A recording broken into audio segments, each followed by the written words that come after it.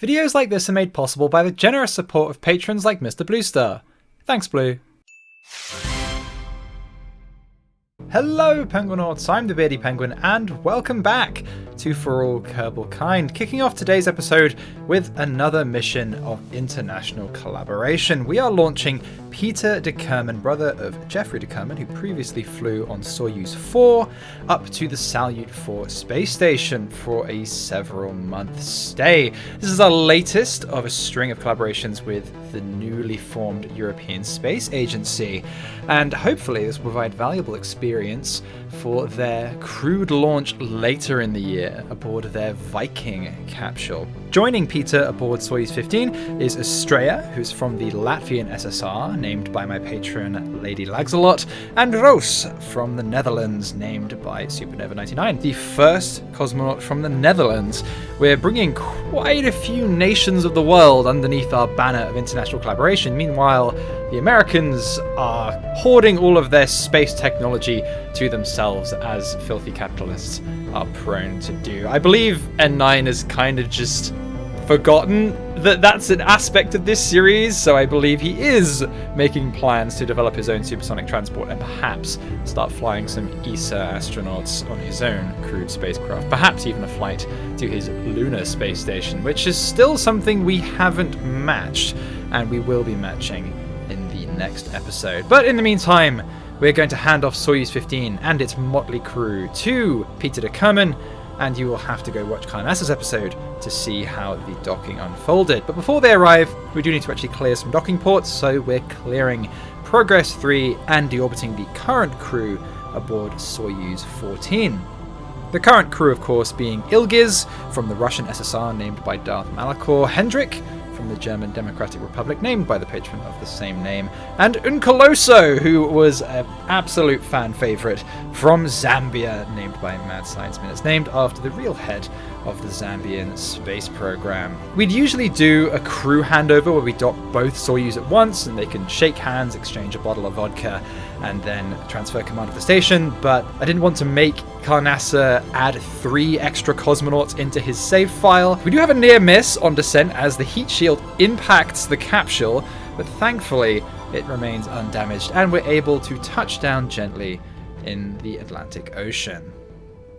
Heading on back to the Space Center, we get a small kickback of funds from rotating the crew, and now we're going to head back on over to Rodina 9. If you remember from the previous episode, they had just landed in Mare Tranquillitatis, or the Sea of Tranquility, and they're rendezvousing with Lunar Cod 6. Now, this persevering little rover has been exploring the near side of the moon for months, and it's carrying several surface samples from different biomes. So we're rendezvousing with it for several reasons. A, to collect those surface samples so we can actually take them back to Earth with us, which you can see Felix from the Hungarian Democratic Republic, named by my patron Starch, doing here. But also because we have a rover exploration contract, which requires us to travel to 3 separate waypoints on the lunar surface, and that simply wouldn't be feasible by foot. So they're getting into the seats, which have until now remained completely unused, and they're going to be traveling a few kilometers to their first of 3 waypoints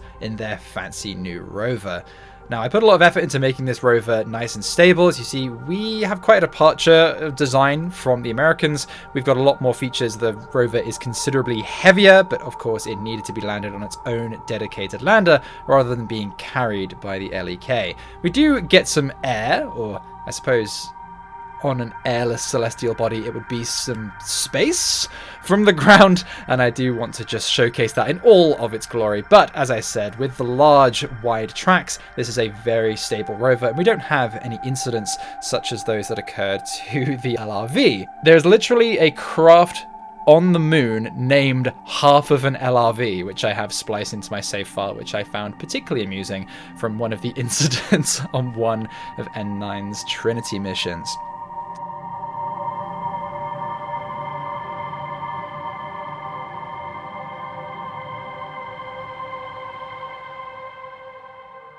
After reaching our first waypoint, we head on over to the second, and they're all really in quite close proximity, so we complete the requirements of the contract in pretty short succession. Now, Lunokhod 6 isn't really long for this world. Its solar panels are really starting to degrade, so we can probably get one more mission out of it. And this is one of the key reasons, among several factors, that this is actually going to be the penultimate Rodina mission using the N2 and the LEK lander. I spoke about it a little in the previous episode, but we are going to shift over to a UR700 and LK700 lander direct ascent mission profile going forward. We have one more mission profile like this, which is once again going to rendezvous with Lunokhod 6 in a different part of the near side of the moon.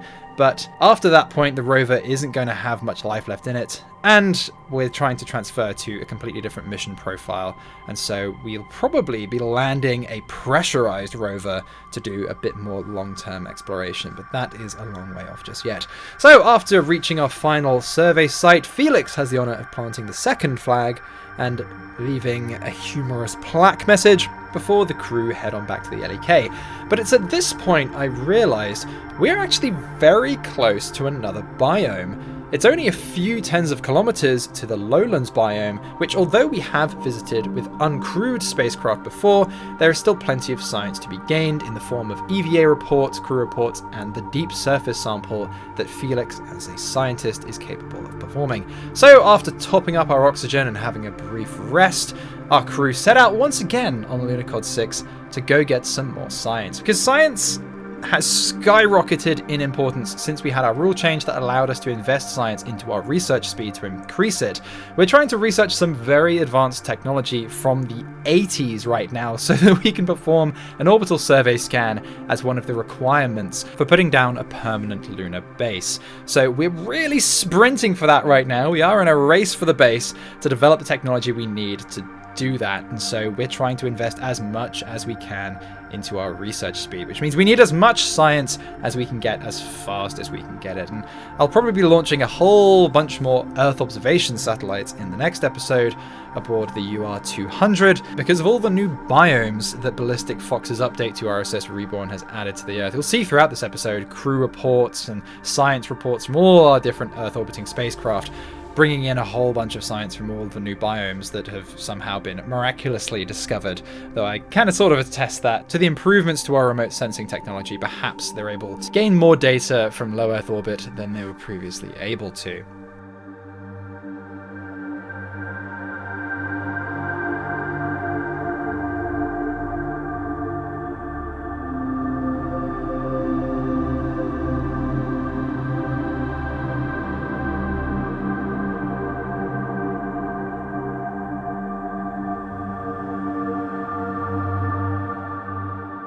After Felix grabs his deep surface sample, it's now time to head on back. As you can see, we're actually pushing the life support of these spacesuits to their limits. We're using Bon Voyage, the mod that allows you to move rovers while you're not actually focused on them to travel, but we're really pushing the range of this rover and their spacesuits to the limit, which is perhaps a little unrealistic. On the Apollo missions in real life, the lunar rover wasn't allowed to travel further than the astronauts could actually walk back again. Just in case something went wrong with the rover, they didn't want to risk them running out of oxygen on the walk home. But we're a little less risk-averse here in the Soviet Union, and Lunokhod 6 does not suffer any such problems. So now it's time to get back aboard the LEK and blast back up into orbit to rendezvous with the Soyuz and Valerie, who is up there waiting for them. They spent a little while on the surface, and they're going to actually spend a little while in orbit of the moon as well, because we're not only completing this rover exploration contract, but also another contract that's appeared that you can complete an infinite number of times, unlike this rover contract, of which there is only one more. And that's lunar orbit with 3 crew. Similar to the low Earth orbit missions, you can pretty much always have a profitable crewed mission to the moon. It's just an endlessly repeatable contract that just allows you to send crew to the moon and do cool stuff, which is certainly something we're going to rely on with all of our future missions to lunar orbit. And that actually doubles the payout for this mission to about $500,000 funds, which more than pays for the N2, as ridiculously expensive as that rocket is. So now we're just blasting back on up into orbit with our haul of surface samples and deep surface samples ready to improve our research speed once we get back. And I was pretty proud of this ascent. We managed to get a 0.0 kilometer separation intercept within a single orbit, which perhaps isn't too impressive considering how many thousands of hours I have in this game, but it's still one of those things that puts a smile on my face. I believe Matt Lown put a meme about it on Twitter saying, guys only want one thing and it's disgusting, and then shows the 0.0 kilometer separation marker, which honestly could not be closer to the truth. One short correction burn later and we're on track for our perfect intercept with the orbiting Soyuz, and we rendezvous and reunite with Valerie, who has been waiting patiently for us. Now we're going to wait a few more days in orbit, as previously mentioned, to complete that 3 crew to lunar orbit contract and get a tidy further 250,000 funds, because since we had a massive decrease in our fund rewards, we need all the funding we can get. In the meantime, though, Peter de Kerman is performing his slightly fat-fingered approach to Salyut 4, and we're going to head back on over to see them dock with the space station, with fumes remaining in the Soyuz, thankfully just enough to return to the Earth. If I had to launch a rescue mission, you can bet that this would have been the last time I ever let Carnasa perform a rendezvous, but thankfully, just narrowly, they do have enough to get home again. So we're going to head over to the VAB and tool up a few new launch vehicles. And I know what you're thinking, Beardy, what in the hot, crispy, Kentucky Fried frick is that? Well, this is the UR600, and its unusual design makes a little bit more sense when put in the context of the UR700, which has exactly the same core, but it has 3 colossal pairs of side boosters. And these are going to be our heavy and super heavy launch vehicles in the coming episodes, launching our lunar space station and also the first crewed lunar TKS spacecraft, which is going to service it. Because I'm getting a little irritated with having to launch separate Soyuz and then progress vessels to resupply my low Earth orbit space stations. I really don't want to have to do the same for a lunar orbit space station. So each crew is going to take all the supplies they need for the duration of their missions, which will be 6 months long. Heading back over to lunar orbit, we're just deorbiting the LEK, trying not to clutter up the orbit of the moon like the Americans keep doing with their LEM Ascent modules, and also preventing the Amerikanskis from getting their filthy claws on it, before, of course, igniting our main engine and sending Rodina 9 on a trajectory back to the Earth. Now, I know what you're probably thinking. It seems a bit early to be retiring the N2. After all, we'll only have flown it 4 times. But it's so expensive, and it takes such a long time to not only build, but also roll out to the launch pad, since we're handling cryogenics and hydrogen propellants. The UR700 uses storable propellants. It's considerably more reliable in its engines. It's nowhere near as complex a system, and also it's so much cheaper and faster to build. The reason I went for the N2 and spent all that time researching those Hydrolox engines is because, well, I simply didn't realize how much better the UR700 is. And I think it also reflects the internal politics of this timeline. Now, Sergei Kerman, our stand-in for Sergei Korolev, does survive in this timeline and does see the Soviet space program through to a crewed landing on the lunar surface. But think about it, in this timeline, he's the Kerbal that lost the moon. His unreliable rockets not only killed 2 cosmonauts, but also lost the race to the Americans. And so that means a lot of influence is going to swing in favor of Valentin and Vladimir Kerman, our stand-ins for Glushko and Shalomi, and their rather more bonkers, but actually much less complex UR700 direct ascent design. So I think it makes a lot of sense for us to be shifting a lot of our launch vehicles, and really our entire suite of launch vehicles, over to universal rockets. I think the only launch vehicle that is safe from being replaced is the R11, the ever reliable Soyuz launch vehicle, because we'll still be using that for the foreseeable future. But that may well be replaced by a UR500 launch TKS in future, so I don't have to keep launching Progress supply vessels. Heading on over to the R&D building, we have just unlocked effective space planes, giving us access to the Spiral space plane. Yes, the MiG-105. I know a lot of you have been looking forward to that, and you'll be seeing that in coming episodes. Now we finally unlocked it. We also grab mature turbofans while we're at it, giving us access to not only the MiG-31 engine, but also the cargo bay parts that we'll need to actually turn the Spiral into a useful launch system. We're going to add a little service bay on the back of it, akin to Dream Chaser. Heading on over to the other side of the world though, we have the launch of Sparrow 1, the very first European astronaut to launch on a natively developed crew capsule, the Viking capsule in fact, as Mary Kerman becomes the first British citizen to head to space on an entirely British launch vehicle. A mere few days later, we head over to the Red Planet as the European Space Agency's Beagle lander successfully touches down on Mars, becoming the second agency to do so, leaving the Soviet Union in a rather embarrassing third place, although we are aiming to land a rover. And with the failure of Wanderer 2, it could, in fact, still be the first successful one.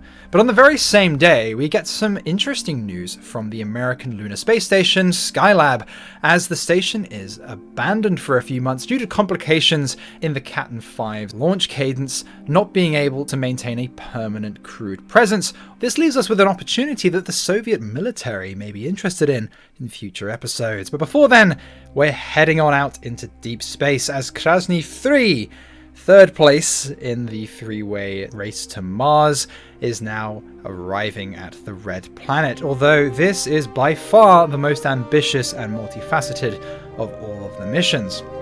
Whereas the Americans sent some relay satellites and a failed rover, and the Europeans sent a single orbiter and a lander, we are sending not only a rover, 2 relay satellites and a main orbiter, but we're also sending sample return landers to Deimos and Phobos. This is a pretty huge spacecraft, by far the largest to ever be sent interplanetary. This was, after all, launched on the first launch of the N2, just to demonstrate its capabilities and validate its safety for the next crewed flight.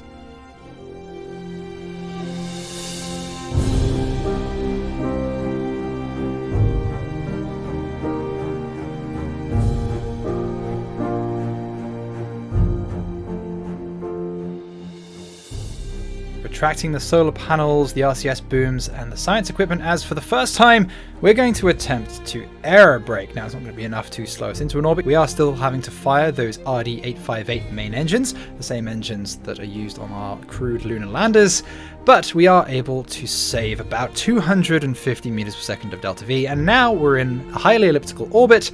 We're going to keep aerobraking to lower that on down. But before we lower our apoapsis, we're going to take advantage of the high eccentricity in order to perform a hefty inclination change to put us on the same inclination as Mars's innermost moon, Phobos. Getting a beautiful shot flying over Olympus Mons, the largest volcano in the solar system, right there, which is actually where our rover is going to be headed.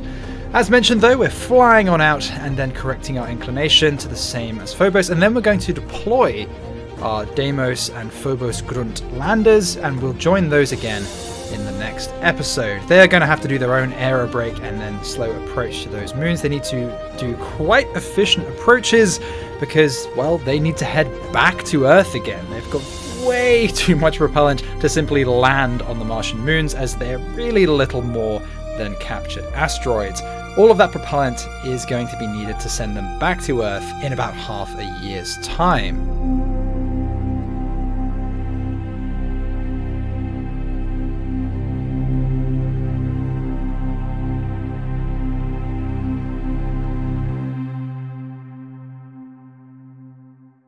So we'll rejoin them, as mentioned, in the next episode. But for now, we need to lower our apoapsis down, deploy our relay satellites, and then deploy our Marsokhod rover. You can see here that we have slightly different inclination requirements in order to be able to complete our orbital perturbation experiment, which is on board not only the main spacecraft, but also those 2 relay satellites you see attached to the side there. We're not the only ones to be setting up relay networks. Of course, the Americans have already beaten us to it, and they're actually establishing one around Venus as well, although we're not planning to send anything down to the surface of Venus that will be requiring a relay network, so we're not really pursuing that as a priority right now. I think the Americans are trying to catch up to us in terms of interplanetary exploration, as we really set the tempo there, landing the first spacecraft on Venus, a lot of the first orbits around other planets, and sending the first crew, in fact the only crew as of yet interplanetary. You can see here we're whizzing through several aerobraking maneuvers. We can pretty safely head down to a periapsis of 65 kilometers without anything getting too toasty, although the solar panels were heating up a little bit on some of the passes, so we daren't go any lower. You can see here this is saving us a substantial amount of delta V. I did hold attitude for the first few passes and then realized that actually these are more effective if I just let the spacecraft tumble and expose a much larger surface area, create a bit more drag and lower that apoapsis a bit more. But now we've almost managed to reach the apoapsis that we're after, so we just raise the periapsis a little more to do a slightly more accurate aerobrake and take us to the 9,250 kilometer orbit that we're aiming for. Although we're going to slow into an 8-hour orbit first, and then we're going to deploy our satellites into a 12-hour orbit. So we're trying to space out our 3 satellites equidistant, so they're going to be a third of the orbital period apart so that they maintain their relative position and we have continual coverage of the surface. Now, I did actually notice a little bit later on that I forgot to put a UHF relay antenna on the main spacecraft. Although we have a UHF antenna on each of the relay satellites, you can see it long white and red striped there, as well as that main antenna, the parabolic one, which is communicating with Earth. I thought that the inbuilt antenna in the probe core would be able to perform relay communications on the main Krasnyy 3 spacecraft. It turns out I was wrong. No, it's not a relay antenna. So only 2 of these satellites are actually going to perform their desired function, which is a little awkward. We don't have full 360-degree coverage of the Martian surface, but we've got about 2/3 of coverage, so it's not really the end of the world. And in fact, since these only have a 12-hour orbit rather than a 24.5-hour orbit, as that is the length of a Martian day, they are going to come into sight. So there's only sort of short periods of communications blackout on the surface.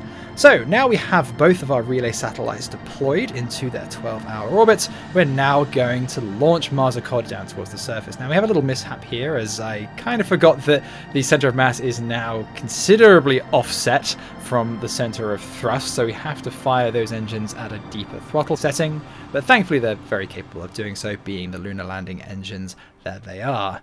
And we send Krasnyy 3 back up into a stable orbit while Marsokhod heads down to the surface, communicating back to Earth through our newly deployed relay satellites. And this is really where the trajectories mod comes in clutch, because this was probably the most accurate atmospheric landing I have ever managed to perform. I was really pretty chuffed with just how close we got here, which is going to allow us to complete our Mars rover contract. As we get to about 5 kilometers above the surface, we of course deploy the aeroshell, get rid of the parachutes, as the European Space Agency found landing under parachutes alone isn't quite enough. You are very likely to break some things on touchdown. So we are actually performing a powered descent. We're not using airbags for once. The landing is fully powered because I didn't really want to leave anything to chance. I didn't want to bounce across the surface with a fragile rover attached to the top. We're having some aerodynamic problems as we can't get free of the heat shield. It's stuck to the bottom of the spacecraft due to the aerodynamic forces, but thankfully after a little finagling we're able to lose it, and then we can use our last dregs of fuel to perform our final descent. Now we're using reaction control thrusters here for the descent because I didn't want any chance of them failing. They're just simple pressure fed hypergolic thrusters, something nice and simple with full throttle ability, very easily controllable, just to give us the best possible chance of touching down softly. We don't need a huge amount of delta V, the atmosphere did most of the work for us, so we don't mind the efficiency loss just to have a little bit more control on descent. In fact, we have way more thrust than we know what to do with here, so we have a little bit of a jerky descent, but Marsokhod is thankfully able to touch down safely on the surface of the red planet, with a little hop, skip, and a jump. We do very nearly repeat Wanderer 2's misfortune as Marsokhod valiantly charges forward and promptly lands flat on its face. But we have one key advantage that Wanderer 2 didn't, an ace up our sleeves if you will, in the form of deployable solar panels. We have 2 opportunities to right this before it comes to a rest the wrong way up. So we very hurriedly unfurl our folding solar panels as a bit of a Hail Mary pass to try and right the rover. And thankfully, the second attempt does just about manage to give us enough of a kick to right the rover. And we settle, after a few pretty precarious rocks, to the correct orientation. I'm sure a few people went blue in the Soviet mission control room as they watched all this unfold with a 45-minute light delay. But thankfully, we come to a shaky stop, and the rover is able to activate its scientific instruments and begin sampling the Martian surface and its topsoil. Now, of course, we're actually able to complete a bonus objective. Now, this rover only has enough batteries, even with the solar panels, to last a couple of days. And I wasn't really counting on being able to land close enough to the Mars rover waypoint to be able to complete the contract. So it's really just gravy that we're able to get this contract completed. It's 39.2 kilometers, which is well within the range of this rover to reach. So we're actually able to reach a stretch goal and get a tidy extra million funds from rewards. We grabbed this contract well before we had our post-moon landing cut in funding, and so as you can see, all of these contracts are giving us a very tidy payout. It's going to be quite a long journey for the little rover that could, but it's more than capable of doing it. And it's not going to be able to complete all of its scientific instruments. It's going to die long before the longer experiments are going to be finished. So we're prioritizing those fast experiments that we can quickly complete and send some science back, and reaching that waypoint, after which point we'll try and get as much science as we're able to in what little time the rover has left. But this is the first successful rover on the Red Planet, and a much better display of Soviet technological superiority than a simple lander would have been. And there you have it, the Mars rover contract, and the huge associated payout there and completed as the sun rises over Olympus Mons.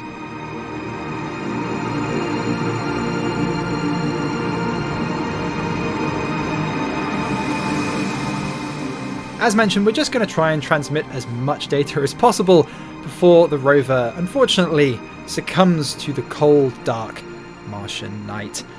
But it will be followed in future by nuclear-powered rovers, which are able to survive despite Mars's much greater distance from the sun and much weaker solar power. But that will be in future episodes. Thank you very much for watching, everyone. I do hope you've enjoyed. The next episode is going to see not only landing on the moons of Mars, but also the very first launch of that UR-600 and that MiG-21, which we will be completing in a stream. But in case I don't see you again before the end of the year, have a very lovely Christmas, and I'll see you all next time.